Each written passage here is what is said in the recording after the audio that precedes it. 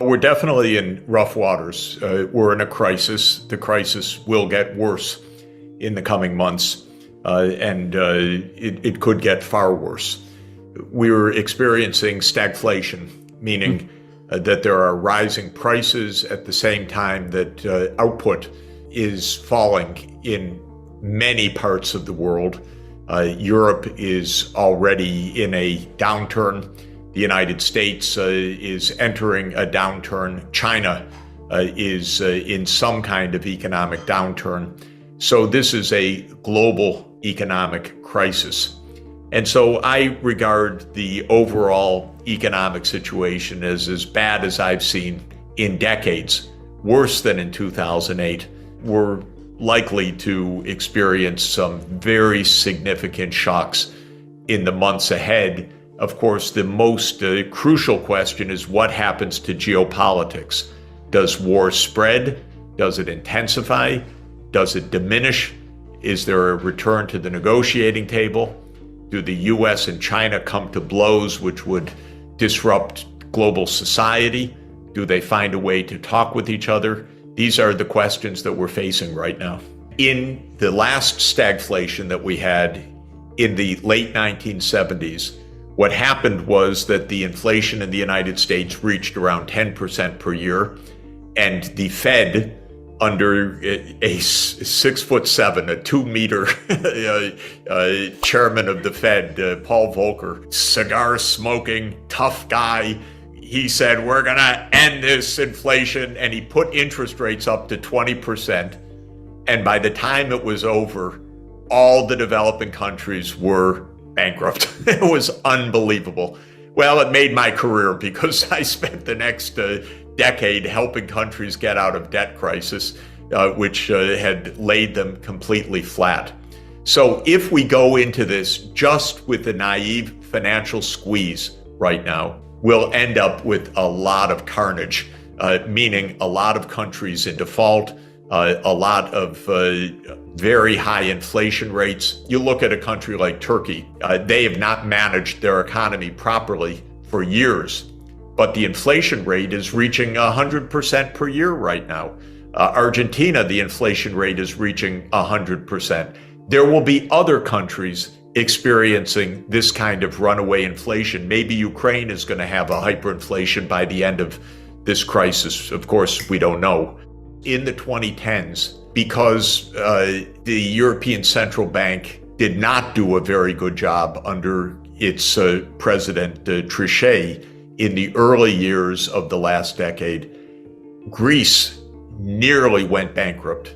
And it wasn't so far for Ireland, Spain, Portugal, and even Italy. The Eurozone almost collapsed, and it required Draghi's deft hand to prevent that collapse. Basically, the European Central Bank had to act as a lender of last resort to prevent a disaster. So central banks and their wisdom or lack of wisdom will determine a lot.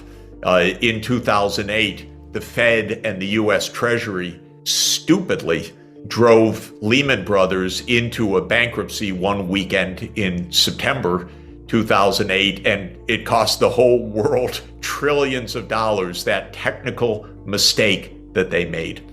And so when you're in a crisis, the first thing to say is these institutions are not so reliable.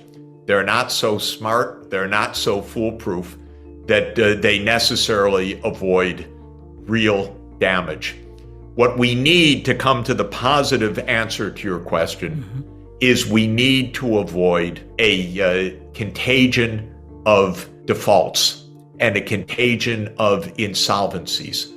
And we also need to avoid simply telling dozens of countries, you need to contract sharply your public investment and your social spending and so forth. When I was advocating shock therapy, I was advocating that governments not print money or issue money in order to finance budget deficits. But I was constantly recommending that the international finance help the countries to avoid defaults or crises. One of the key pillars of shock therapy in Bolivia and Poland, for example, was a cancellation of the debts of those countries, the foreign debts. So I argued that to pay the foreign debts in Bolivia would have condemned the country to a rampant hyperinflation, and Bolivia's external debt to international banks was cut by about 90% at my recommendation. Similarly, in Poland, in that shock therapy, I recommended that Poland's debt overhang should be relieved. The debt that Poland owed, especially to its official creditors, should be cut very, very sharply, and that indeed happened. So I did not recommend simply austerity and contraction. I recommended always that the international counterparts, the creditors, play a role, a constructive role, a positive role in preventing crisis. Debt relief depends on the circumstances. In the circumstances today, I'm not recommending cancellation of the face value of debts.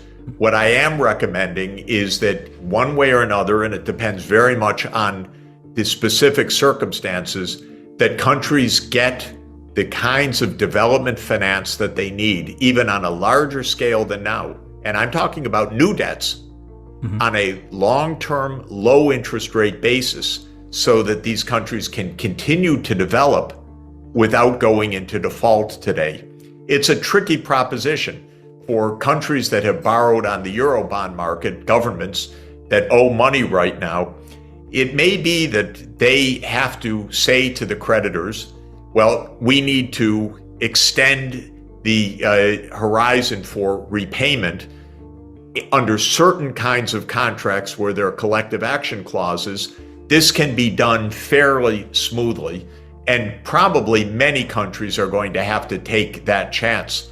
When it comes to official credits that a government owes to a rich country government or to the World Bank or to some other international institution, I'm recommending a set of measures to make sure that the developing countries are getting more finance in fresh form than they are repaying on old debts.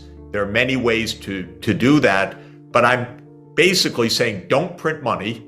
I've never believed in that because you just get high inflation, but rather let's get a financial solution that doesn't condemn the country to default or to bankruptcy or to extreme austerity. That's actually always been my policy recommendation since I started this approach in Bolivia in 1985.